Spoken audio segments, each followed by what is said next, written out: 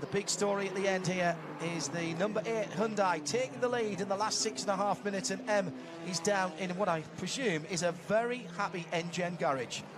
Absolutely, Jake Camilleri. What an absolute legend. You came out of nowhere and you're now leading your class. Fantastic work. Wrong, Jake.